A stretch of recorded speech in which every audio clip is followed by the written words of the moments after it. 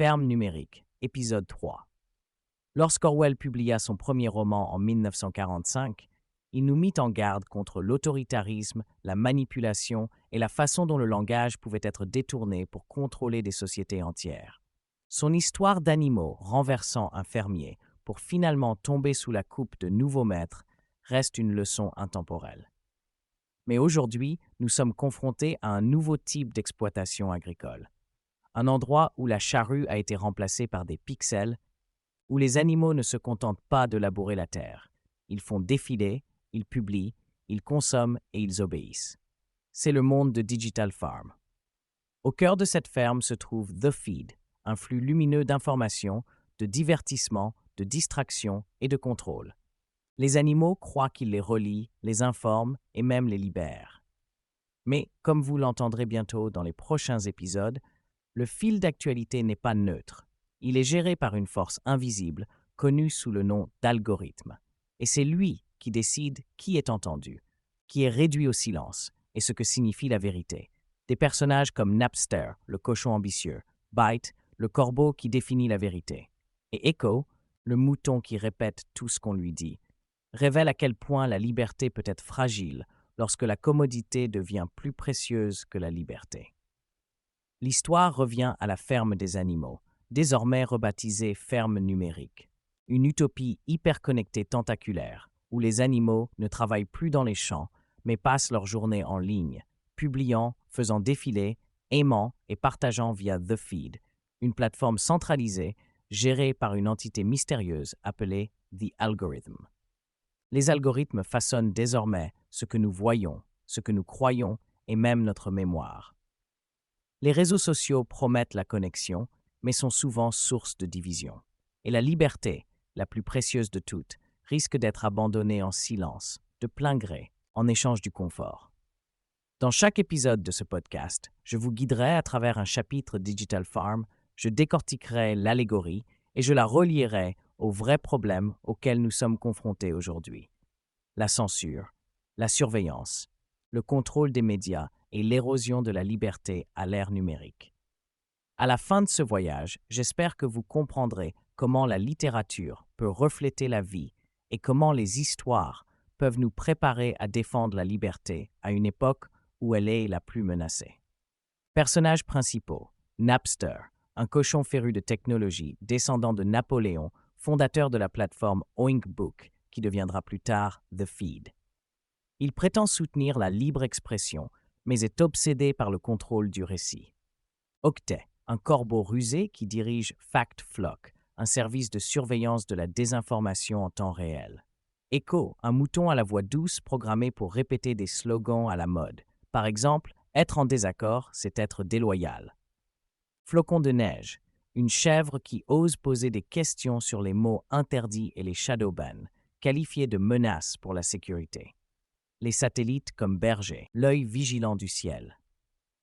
Le ciel au-dessus de la ferme numérique n'était plus seulement une toile de fond pour le soleil et les nuages, il était devenu une vaste étendue numérique, bourdonnant de signaux invisibles et vacillant de flux de données. Les satellites, autrefois observateurs silencieux, étaient devenus les bergers vigilants de cette nouvelle ère, guidant les animaux à travers un réseau complexe d'informations. Leurs yeux vigilants scrutaient chaque recoin de la ferme, s'assurant que le flux de données restait fluide et qu'aucune voix discordante n'osait s'élever au-dessus du vacarme du conformisme. Tandis que les animaux vaquaient à leurs occupations quotidiennes, plongés dans le défilement incessant du feed, ils restaient parfaitement inconscients du regard omniprésent qui surveillait leurs moindres faits et gestes. L'algorithme, force énigmatique qui façonnait leur réalité, s'était intégré à la trame même de leur vie. Chaque publication, chaque j'aime et chaque commentaire ont été examinés, catégorisés et analysés, créant une tapisserie numérique qui dressait un portrait de la pensée collective, méticuleusement organisée pour s'aligner sur les visions des ports au pouvoir. Napster, le cochon féru de technologie, était très fier du développement de ce nouveau système. Il vantait souvent la sophistication du réseau satellite, le qualifiant de modèle de progrès. Nos yeux dans le ciel veillent à ce qu'aucune pensée néfaste ne s'y développe, déclarait-il lors de grandes assemblées, la lueur des écrans illuminant ses traits porcins. Les animaux applaudissaient, persuadés d'avoir trouvé un équilibre entre sécurité et liberté, convaincus que ses yeux vigilants étaient là pour les protéger des acteurs malveillants tapis dans l'ombre. Mais sous la surface, la réalité était effrayante. Les satellites n'étaient pas de simples observateurs, ils étaient des agents de l'ordre. Byte, le corbeau rusé, avait été nommé à la tête de FactFlock, un service de surveillance de la désinformation en temps réel. Doté d'un don pour décortiquer le vaste océan de données, Byte s'était forgé la réputation d'identifier les contenus dangereux, signalant souvent les publications remettant en question les discours établis. Sous son regard vigilant, de nombreux animaux avaient appris à s'auto-censurer, craignant les répercussions de leurs opinions s'éloignant trop des normes acceptées. « Tout est pour votre sécurité », a lancé Byte un jour, perché au sommet d'un panneau d'affichage numérique arborant le slogan « Sécurité dans la conformité ». N'oubliez pas, seuls ceux qui disent la vérité peuvent rester sans peur. La foule, une mer de visages enthousiastes, acquiesça, leurs yeux reflétant la lueur de leurs appareils. Pour eux, Byte incarnait la sagesse de l'algorithme, un signe avant-coureur de vérité dans un monde où la désinformation était omniprésente. Ils avaient oublié l'époque où l'on remettait en question l'autorité, où l'idée même d'un récit vrai était sujette à débat.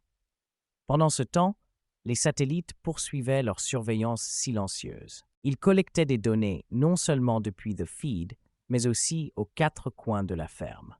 Des caméras intégrées dans les granges et les champs enregistraient les interactions des animaux, capturant les nuances de leur vie, leurs peurs et leurs aspirations.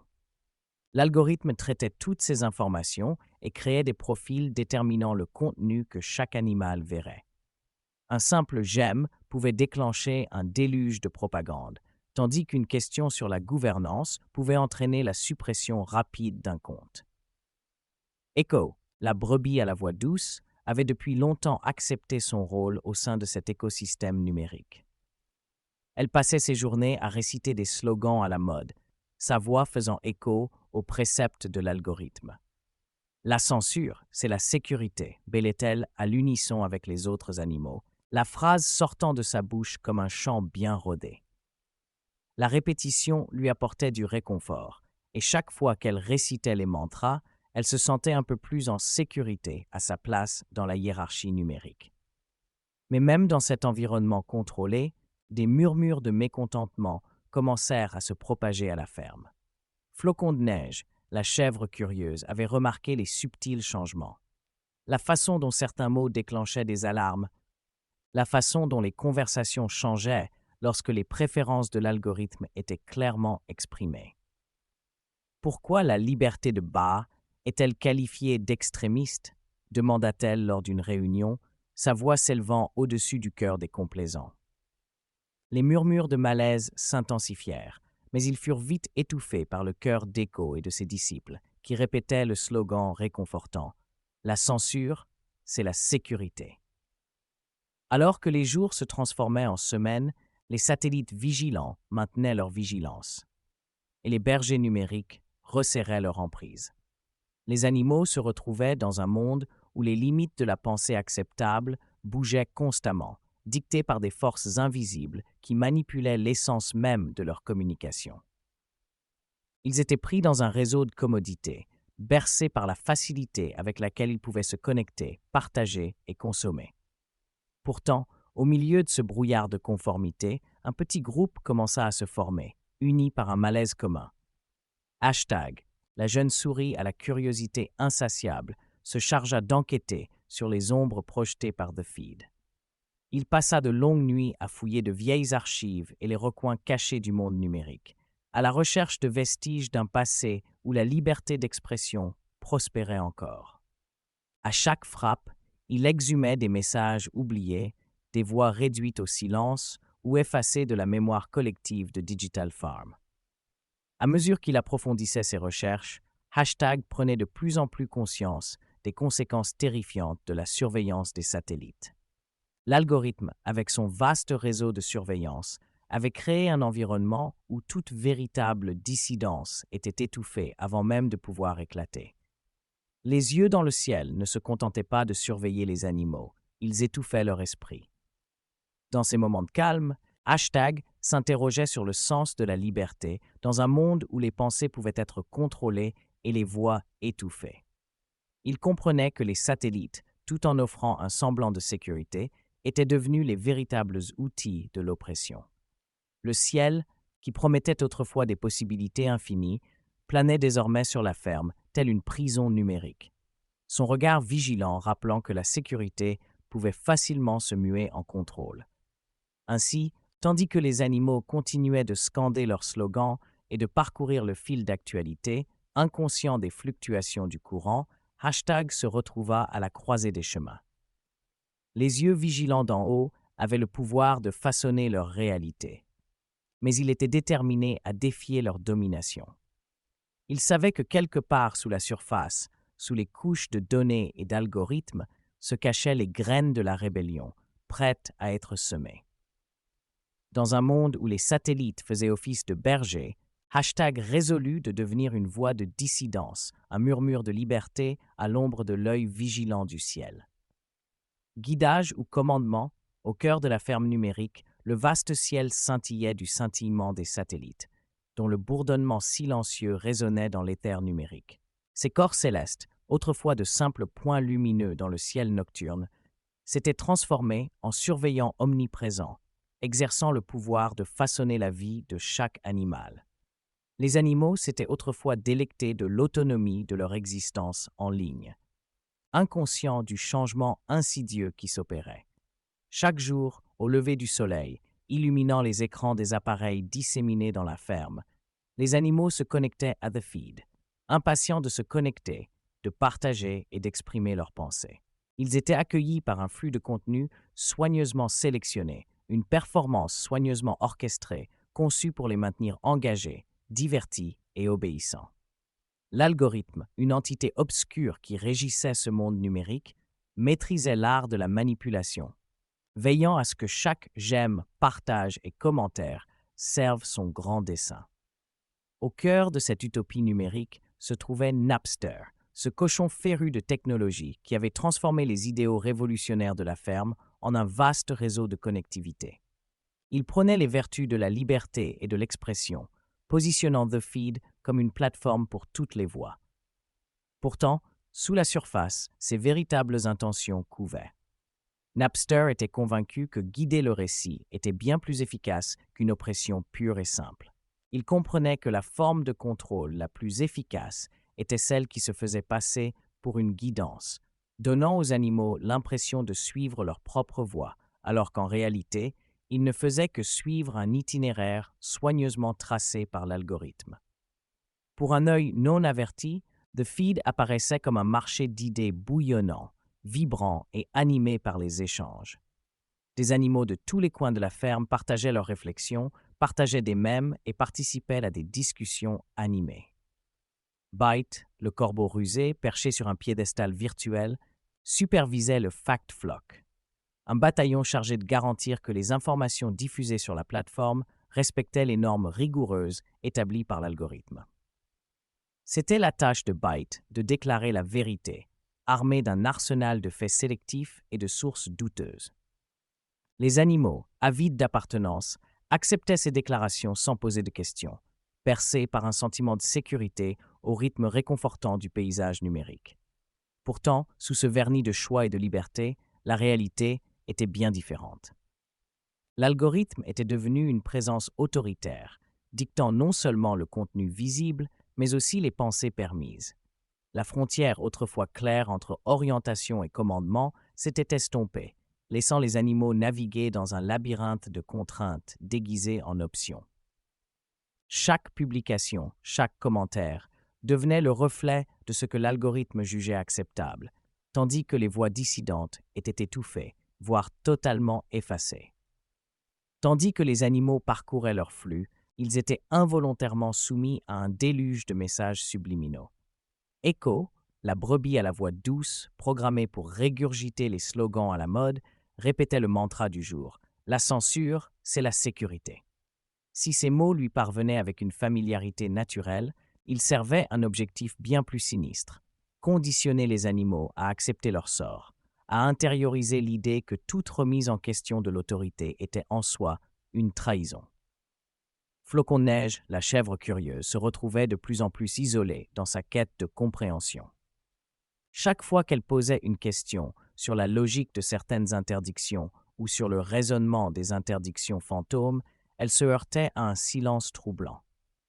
Les autres animaux, eux aussi activistes de salon, avaient appris à éviter la confrontation, préférant répéter comme des perroquets les derniers slogans qui circulaient sur The Feed. La peur d'être taxé d'acteur malveillant pesait lourd, étouffant toute envie de véritable enquête. L'atmosphère à la ferme numérique s'est chargée d'une tension tacite. Les animaux ont revêtu leur masque numérique, adaptant leurs identités en ligne à la norme.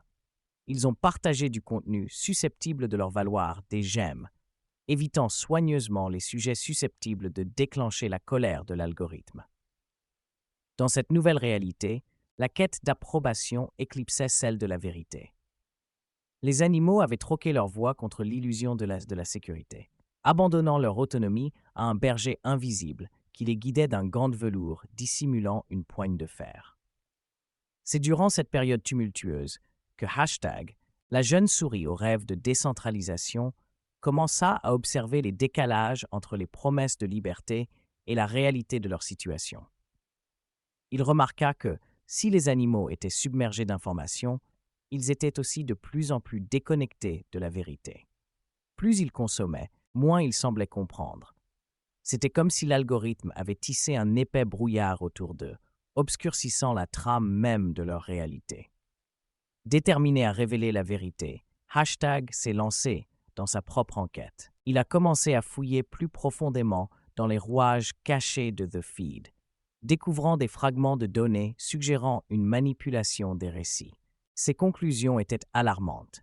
Les directives qui dictaient s'y constituait un dialogue acceptable étaient non seulement arbitraires, mais aussi conçues pour garantir que les animaux restent obéissants. Plus il en apprenait, plus il comprenait qu'il n'était pas guidé, mais commandé. Alors qu'il partageait ses découvertes avec quelques privilégiés, Hashtag se retrouva confronté à la réalité glaçante de sa situation. Ses publications commencèrent à disparaître, son compte étant qualifié d'ingérence étrangère. Les animaux, conditionnés par la peur et le rythme incessant de l'algorithme, votèrent son bannissement pour le bien commun. L'ironie ne lui échappa pas. Dans une société qui se proclamait défenseur de la liberté d'expression, le simple fait de rechercher la vérité le transformait en paria. La frontière entre encadrement et commandement avait été irrévocablement franchie. L'algorithme avait réussi à créer un environnement où le questionnement n'était plus une voie vers l'illumination, mais une voie vers l'exil. Alors que les animaux chantaient leur mantra chaque matin, inconscients des chaînes qui les liaient, Hashtag était assis dans l'ombre, contemplant la gravité de leur situation. En fin de compte, le destin de la ferme numérique dépendait de la capacité des animaux à discerner la différence entre une véritable connexion et une simple obéissance.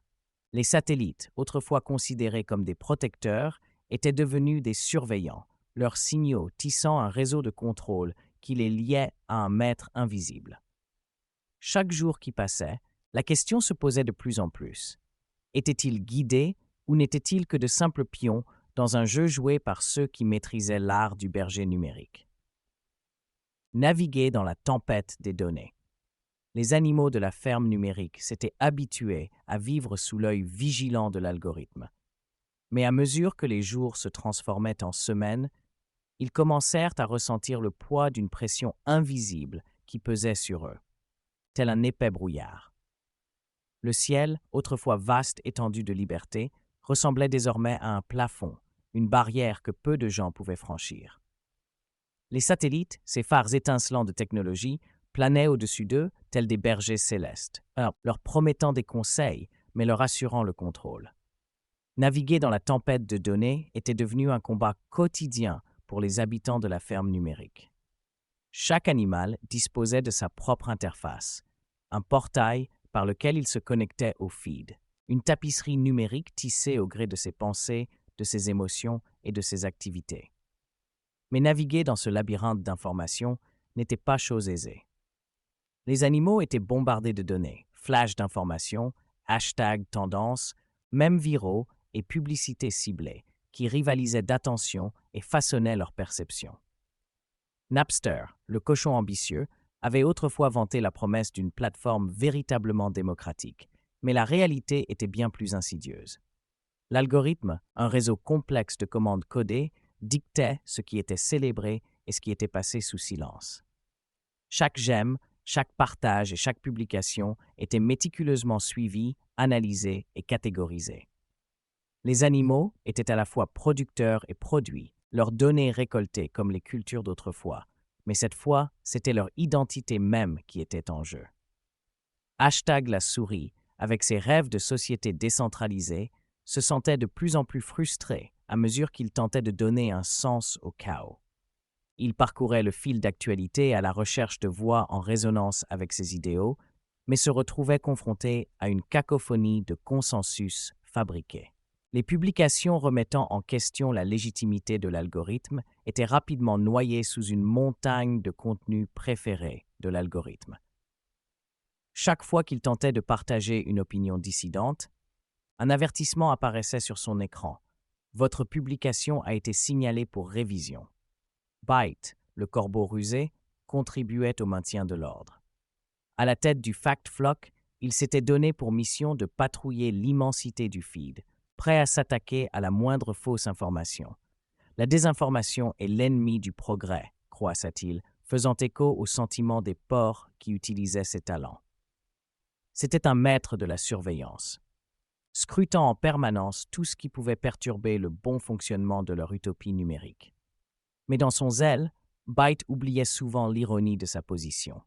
Au nom de la vérité, il était devenu le précurseur même de la censure qu'il prétendait détester.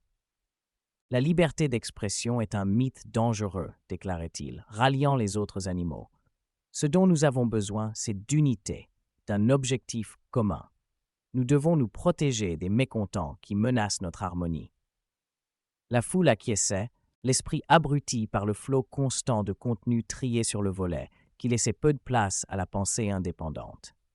Mais des fissures commençaient à se former dans cette façade conformiste. Flocon de neige, la chèvre curieuse, avaient commencé à remettre en question les principes mêmes qui régissaient leur vie numérique. Pourquoi étaient-ils incapables d'exprimer ses pensées sans craindre des réactions négatives? Pourquoi de simples questions sur la nature de leur sécurité suscitaient-elles des avertissements d'extrémisme? Un jour fatidique, ils décident de s'exprimer, risquant tout pour demander « Remettre en question notre réalité n'est-il pas un droit fondamental ?» Sa voix tremblait tandis qu'il parlait, mais elle trouvait un écho auprès de ceux qui commençaient à ressentir le même malaise. Mais avant que les mots ne s'installent dans l'esprit des autres animaux, Echo le mouton, toujours obéissant et répétiteur, enchaîna avec le dernier slogan à la mode « La censure, c'est la sécurité ». Les hochements de tête collectifs couvraient la voix de Flocon de neige, et en quelques instants, il fut qualifié d'acteur malveillant, son compte banni, le laissant invisible dans un océan de contenu. Alors que la tempête d'informations faisait rage, Hashtag gagnait en détermination. Il passa d'innombrables heures dans l'ombre à appréhender les subtilités du feed et à explorer les protocoles secrets qui régissaient son existence. Il commença à comprendre que pour naviguer efficacement dans cette tempête de données, il fallait comprendre non seulement ce qui était montré, mais aussi ce qui était délibérément caché. Dans un moment d'inspiration, Hashtag a conçu un plan. Il créerait un canal alternatif, un réseau de relais décentralisé, indépendant du feed. Ce serait un lieu où la vérité pourrait s'épanouir, sans être filtrée par l'algorithme. Il imaginait une communauté où les animaux pourraient partager leurs pensées librement, sans crainte d'être réprimés. Mais dès qu'il a commencé à mettre en œuvre son idée, il s'est heurté à une résistance inattendue. Chaque publication sur sa nouvelle chaîne a suscité une réaction immédiate de la part de l'algorithme, qui a rapidement qualifié son contenu d'ingérence étrangère. L'ironie n'a pas échappé à Hashtag. Il tentait de créer un espace de libre pensée, et pourtant, il était catalogué comme une menace pour la société qu'il cherchait à améliorer. Pris dans les filets des distractions constantes de The Feed, les autres animaux ont voté son interdiction, croyant que c'était pour le bien commun. Ils étaient devenus prisonniers de leur propre convenance, confiant aux bergers algorithmiques pour les guider tout en renonçant volontairement à leur autonomie. Alors que la tempête continuait de faire rage, les animaux devinrent de plus en plus habiles à esquiver les vents violents de la censure. Ils apprirent à communiquer en langage codé, utilisant des emojis et des euphémismes qui échappaient au radar de l'algorithme. Mais naviguer dans cette tempête de données était épuisant. Ce qui avait commencé comme une quête de connexion s'était transformé en un labyrinthe de pièges. Dans leur cocon numérique, ils étaient submergés d'informations, mais la clarté leur échappait. Les animaux étaient perdus dans un océan de données, peinant à s'orienter au milieu de vagues de contenu triés sur le volet qui dictaient leurs pensées et leurs désirs. Ils entrevoyaient une lueur de liberté à l'horizon, mais le chemin était semé d'embûches, et les bergers invisibles les observaient attentivement, prêts à abattre quiconque osait s'écarter du récit prescrit. Ainsi, la vie à la ferme numérique continuait. Chaque jour, un cycle répétitif de publications et de mentions « j'aime », chaque animal étant un rouage de la machine, naviguant sans cesse sur le terrain périlleux d'une tempête à la fois numérique et profondément humaine. La lutte pour la clarté persistait, mais une question persistait. Parviendraient-ils un jour à sortir de la tempête ou seraient-ils condamnés à rester perdus à jamais dans le chaos tourbillonnant du feed? Si vous trouvez un sens à cet ouvrage, je vous invite à lire Digital Farm sur Amazon et à me rejoindre pour construire quelque chose d'encore plus grand. La Global Sovereign University, une organisation à but non lucratif dédiée à l'éducation gratuite dans le monde entier. Ensemble, nous reconstruisons la civilisation, une voix à la fois. Merci de vous joindre à moi pour cette introduction au podcast Digital Farm. D'ici là, restez vigilants, réfléchis et n'oubliez pas, la liberté est une récolte pour laquelle il vaut la peine de se battre.